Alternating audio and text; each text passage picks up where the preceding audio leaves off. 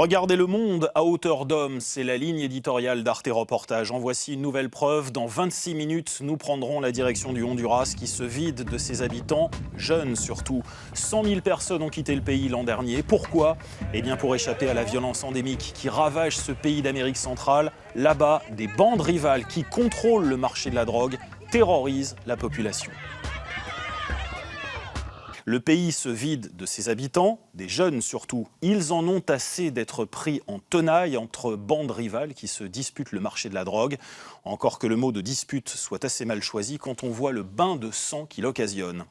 On ne compte plus les corps qui jonchent les rues. Les médias, avides de sensations fortes, semblent se délecter du spectacle. La police est surchargée de travail. L'État fait comme s'il ne voyait rien. Honduras, partir ou mourir. C'est le titre du reportage signé Laurence Cuvillier et Eberhard Rühle d'Apollo Film. C'est le milieu de la nuit. Nous sommes à San Pedro Sula, la capitale économique du Honduras. Après plus d'une journée de bus, le retour n'est pas chaleureux pour ces dizaines de femmes et d'enfants qui avaient fui le pays pour gagner les États-Unis. Ils ont été arrêtés au Mexique puis rapatriés. Pour ces deux mères de famille, c'est retour à la case départ. Dieu merci, nous allons bien. Où est-ce qu'ils nous ont arrêtés déjà? Palenque. C'est là que notre voyage s'est fini. On s'est fait attraper. Marissa voulait rejoindre son mari qui travaille clandestinement aux États-Unis depuis 2 ans. Elle avait laissé 3 enfants chez ses parents et n'avait emporté que l'aîné. Viens, mon amour. Voilà, c'est fini. Je suis là, ma chérie. Ils ont été sages? Je pensais ne plus les revoir avant plusieurs années. Je suis heureuse de les revoir. Ma petite fille, tu m'as tant manqué.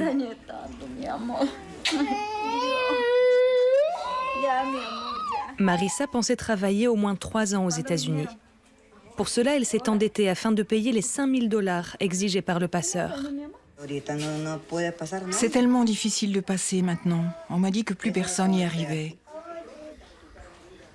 J'étais si inquiète. Son amie Argentina, elle, n'a nulle part où aller. Son mari, garde du corps d'un notable, a été gravement blessé dans un règlement de compte, puis jeté en prison. Elle a hypothéqué sa petite maison et placé ses enfants dans des institutions d'accueil. Elle n'a emmené qu'Alexander, le plus jeune. Je ne peux plus retourner chez moi. Je ne peux plus. Mon mari a été menacé de mort et mes enfants aussi. Les malfaiteurs ont dit que dès qu'il sortirait de prison, ils le tueraient. Lui et toute sa famille. C'est la peur qui m'a fait partir. Il faut que j'aille vivre ailleurs. Nous interrompons votre programme pour vous faire part de ce drame qui vient de se passer ici à San Pedro Sula. 4 personnes viennent d'être tuées. Et les menaces de mort au Honduras sont rarement des paroles en l'air. Les journaux télévisés sont tachés de sang. Le sang des assassinats entre les maras, ces groupes de gangsters tatoués du nom de leur bande. Apparus dans les années 80, les 2 principales maras, la MS et la 18, sont désormais actives dans plusieurs pays d'Amérique centrale où elles se battent pour le contrôle du marché de la drogue. Elles extorquent les commerces et les entreprises et terrorisent la population. Personne n'est à l'abri de cette criminalité dont les compteurs sont devenus fous. Parfois 20 meurtres par jour à San Pedro Sula, cette ville d'1 demi-million d'habitants, connue pour être la plus dangereuse du monde. Et ici, les gens sont nourris d'un seul rêve, les États-Unis.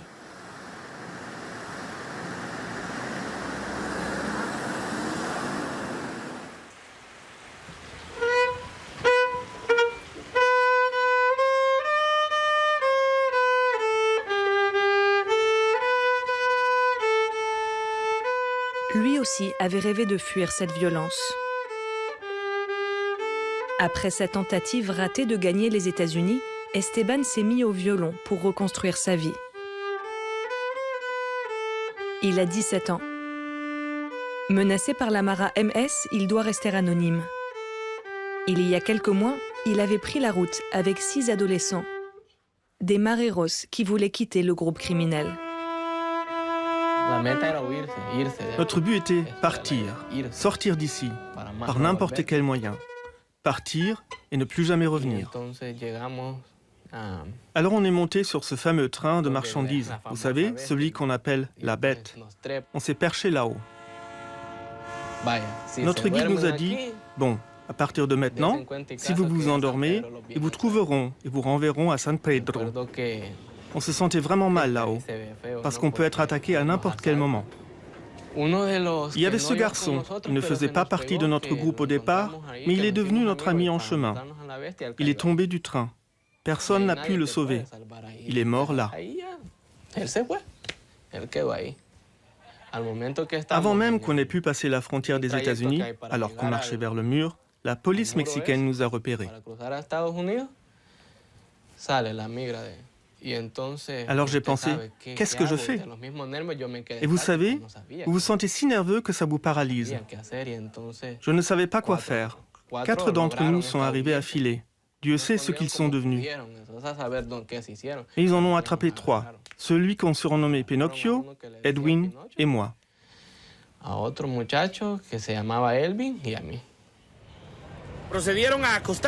Les criminels les ont obligés à s'allonger, puis les ont tués l'un après l'autre d'une balle dans la tête.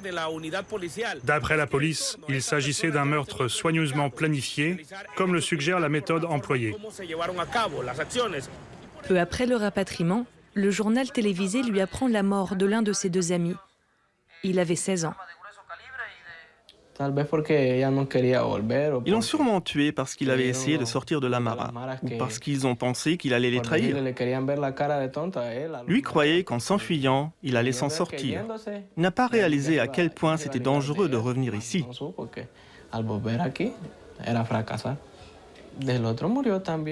L'autre, Pinocchio, est mort aussi. On m'a dit qu'il l'avait tué à coups de pierre, dans un champ, tout près d'une prison. Esteban est désormais le seul survivant du groupe. Plus de 100 000 Honduriens ont quitté le pays en 2014. Une explosion par rapport aux années précédentes. Et phénomène nouveau, environ un quart d'entre eux sont des mineurs. Le gouvernement hondurien s'est lancé dans une grande campagne contre la migration infantile.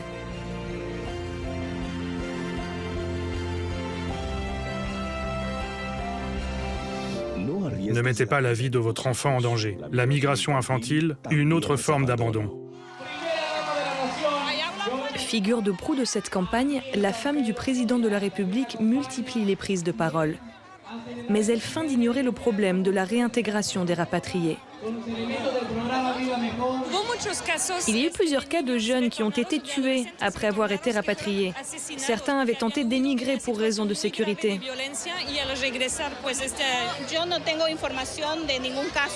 Oh non, je n'ai jamais entendu parler de cas de migrants qui ont été victimes de violences après avoir été rapatriés. Mais nous faisons de notre mieux pour les recevoir dignement et dans de bonnes conditions de sécurité, afin que les enfants, les jeunes et tous les adultes en général puissent se réinsérer dans notre pays.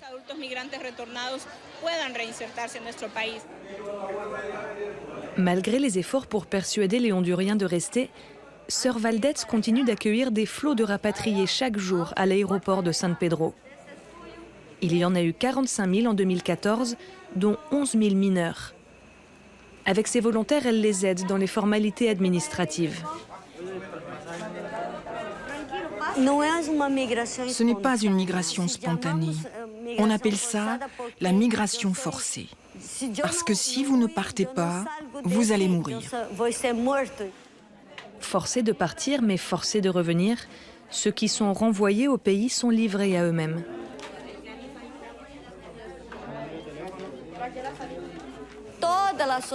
La société hondurienne doit prendre ses responsabilités et accompagner ces gens, en particulier les femmes. Et nous sommes en train d'échouer. Qu'est-ce qui se passe après la déportation? Qu'est-ce qu'on va faire pour eux?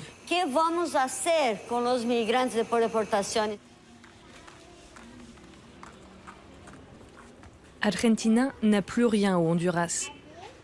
Ni travail, ni soutien, ni argent, et aucune protection. Elle n'a pas pu payer toute la somme que réclamait le coyote, comme on appelle ici les passeurs de migrants. Alors elle n'est pas sûre qu'il lui permettra de retenter le voyage. Marisa doit prendre une importante décision avec son mari.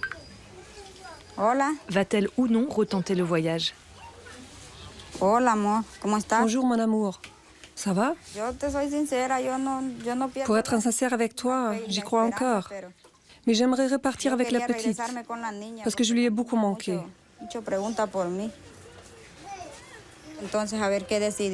Ok, alors tu me diras ce que tu décides. Si j'essaie encore, ça sera avec la petite. Et sinon, eh bien, tant pis. On se débrouillera ici.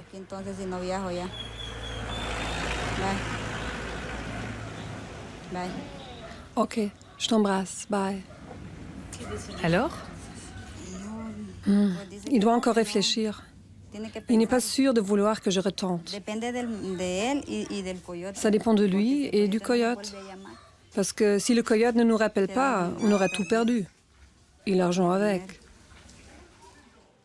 Selon l'accord conclu avec le coyote, Marisa a droit à 3 tentatives de passage. De nombreux trafiquants d'êtres humains se sont récemment spécialisés dans les femmes et les enfants.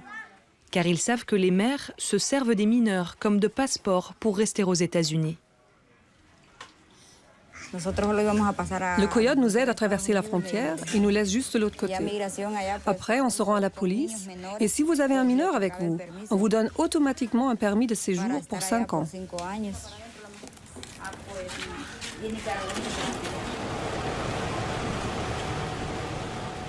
Dans les rues des grandes villes, le gouvernement a dû créer une nouvelle force de sécurité, la police militaire, pour faire face à la montée des maras.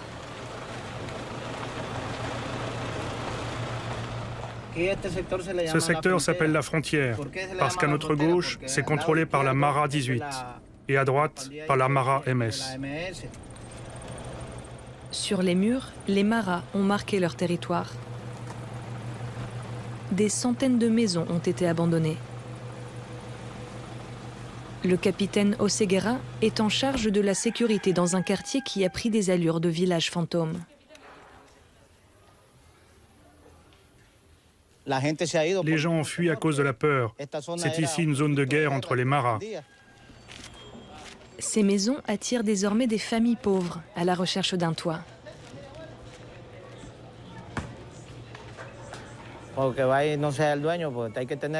devez parler au propriétaire, parce que si vous voulez rester ici, vous devez être en règle avec le registre de la propriété. Bon, on est dans le coin. Si vous avez besoin de nous, d'accord? Au revoir.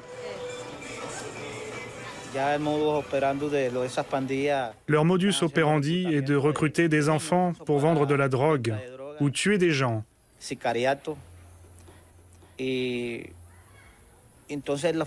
Alors les parents choisissent d'émigrer.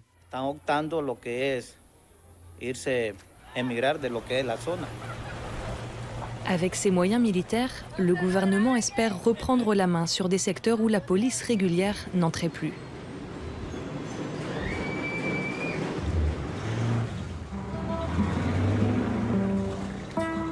Le quartier où vit Esteban est lui aussi une zone sensible.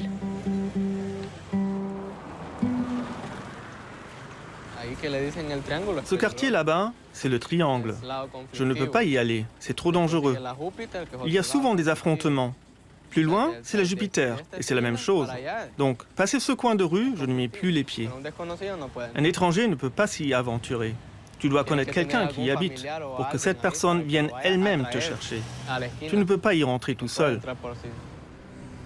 Encore enfant, Esteban a dû quitter sa ville natale, El Progreso. Sa mère y est une des chefs de la Mara MS. Depuis, il a vécu avec plusieurs parents éloignés, dans la crainte qu'elle le retrouve.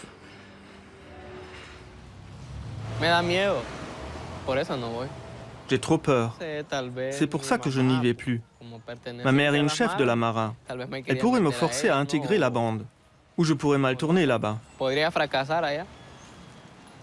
Il partage maintenant une chambre avec une grand-tante et un lointain cousin. C'est eux qu'il considère comme sa famille.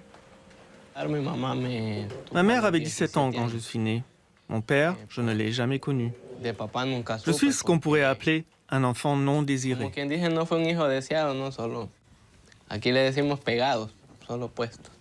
Quand j'avais 6 ans, oui 6 ans si je me souviens bien, ma mère avait été condamnée pour port d'armes illégales, trafic de drogue et homicide.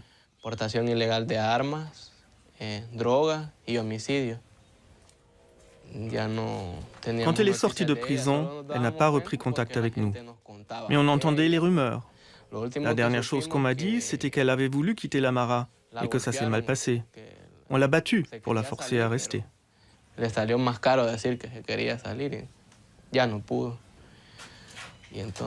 Comme j'étais le fils de quelqu'un de haut placé dans la Mara, j'avais un statut un peu spécial. Mais c'est un leurre, parce que ça aurait pu me mener à un grand vide dont je n'aurais pas pu m'échapper.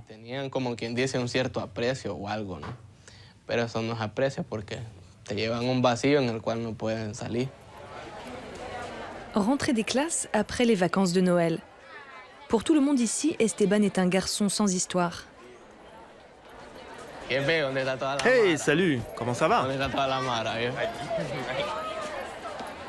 Avoir des contacts avec une Mara ou avoir été rapatrié, des stigmates difficiles à porter dans la société hondurienne.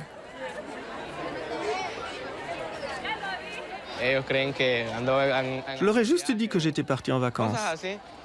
Et ils pensent que je vis avec ma vraie famille. Je reste discret sur les détails. Ils pourraient jaser. Je ne sais pas comment ils réagiraient. Ici, la migration infantile qui a explosé l'année dernière s'est ressentie dans les salles de classe. Les professeurs se sont retrouvés impuissants face au phénomène. On l'a vu très clairement. Beaucoup de nos élèves ont abandonné l'école, ont essayé d'émigrer aux États-Unis illégalement. Et 2 ou 3 mois plus tard, ils étaient de retour en classe. Je dirais que ça concernait entre 5 à 10% de nos effectifs.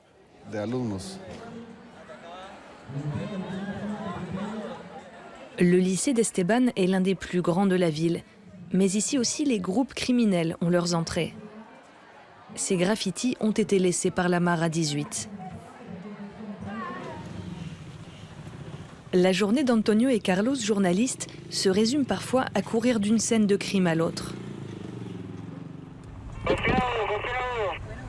Constamment branchés sur le scanner de la police, ils sont informés en temps réel sur les meurtres et les fusillades. Au fil des années, ils ont vu la cruauté des Maras atteindre des niveaux alarmants.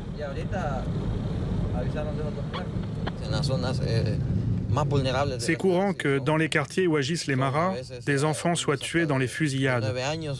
J'ai vu des enfants de 9 ans mourir dans des échanges de tirs entre les Maras et la police. Depuis que les Maras ont gagné du pouvoir, c'est devenu de plus en plus courant.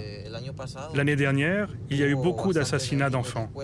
La police dit que c'est parce qu'ils n'avaient pas voulu intégrer la Mara. Les enquêtes montrent aussi qu'ils recrutent directement dans les écoles.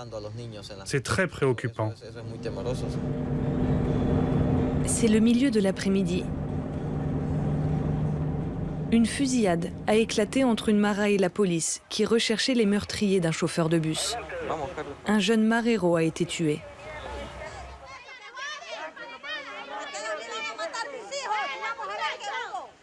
Devant les habitants soulagés de voir ceux qui les terrorisaient, les menottes au poignet, la police a arrêté le reste de la bande. Certains d'entre eux sont encore des adolescents.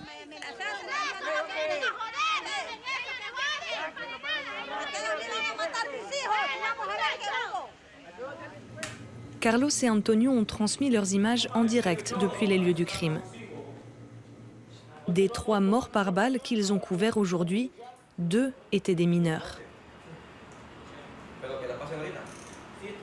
Le problème, c'est que dans la loi hondurienne, les mineurs ne peuvent pas écoper de lourdes peines. C'est pour ça que les maras cherchent à recruter des adolescents pour commettre leurs crimes.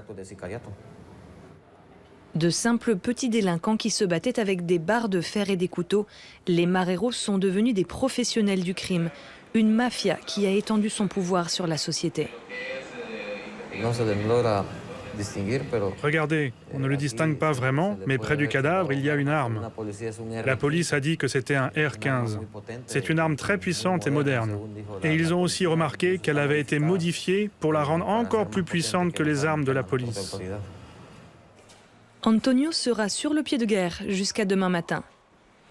Il dormira dans la rédaction pour pouvoir couvrir les meurtres de la nuit.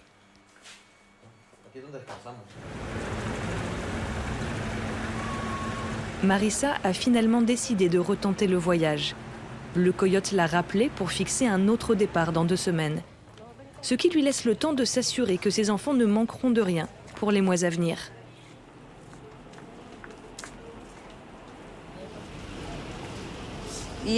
Et ça coûte combien? Mais c'est trop grand.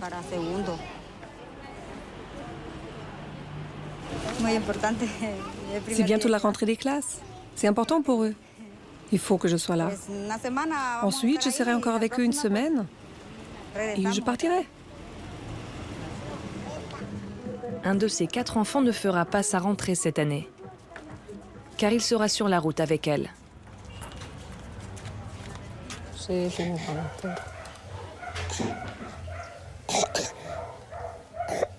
Argentina aussi va finalement repartir. Mais Alexander est malade. Il a de fortes fièvres. Le premier voyage a été difficile. Mais j'espère que ça se passera mieux cette fois-ci. Argentina ne peut qu'espérer qu'il reprendra des forces avant le départ.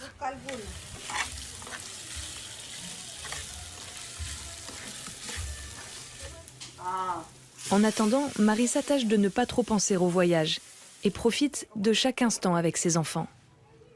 Les 2 amies savent qu'elles se frotteront encore à la corruption de la police. Partout, la migration infantile est devenue une affaire juteuse. Ils te disent, toi et toi, vous venez. Alors tu descends du bus. Ils te prennent ta carte d'identité et t'amènent au poste.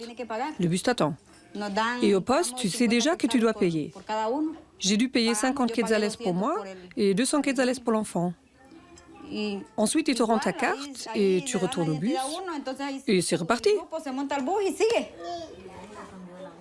D'après des estimations, 47 000 migrants ont disparu en traversant le Mexique depuis 2006. Accidents, enlèvements par les cartels de la drogue ou trahison des passeurs. Des crimes qui restent presque toujours impunis. Les coyotes ont volé tout l'argent d'une amie d'Argentina. Ils l'ont roulé dans la farine. Ou parfois, ils livrent les migrants à un cartel mexicain, les Zetas ou le Golfe. On connaît ces histoires. On connaît tous des gens à qui c'est arrivé. Mais pendant le voyage, on faisait confiance à Dieu pour que même si on se faisait attraper, il ne nous arrive rien de grave. Alors moi, j'ai plus confiance en Dieu qu'en le coyote.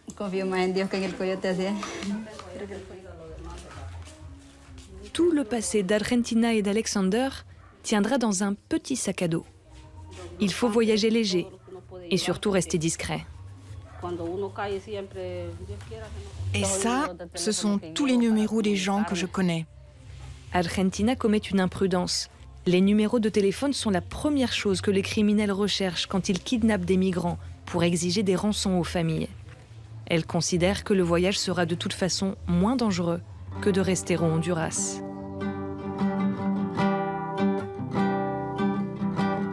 Esteban espérait s'inscrire dans une école de musique aux États-Unis, mais il a abandonné l'idée du voyage.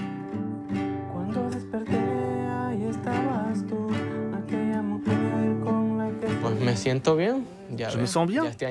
Vous voyez, cette année, je vais passer mon bac. Et si j'ai de la chance, l'année prochaine, j'irai à l'université. J'ai eu mes examens à l'école de musique. Je suis heureux. Et reconnaissant envers ma grand-tante, envers Dieu et tous ceux qui m'ont aidé. Il essaye maintenant de transmettre le peu qu'il sait, bénévolement, aux enfants de son quartier. Je veux t'écouter plus fort. Dele. Ajá. Ahora a mí.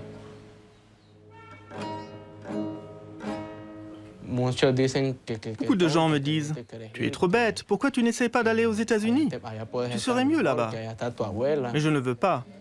En courant après ce rêve, je pourrais basculer dans un cauchemar. Et je ne veux pas revivre ça. Je sais que je peux m'en sortir ici, de quelque manière que ce soit, dans la pauvreté, ou même si je dois marcher jusqu'au lycée pour économiser l'argent du bus, ou travailler dans les champs. Je dois m'accrocher. Je sais que tout n'est pas perdu.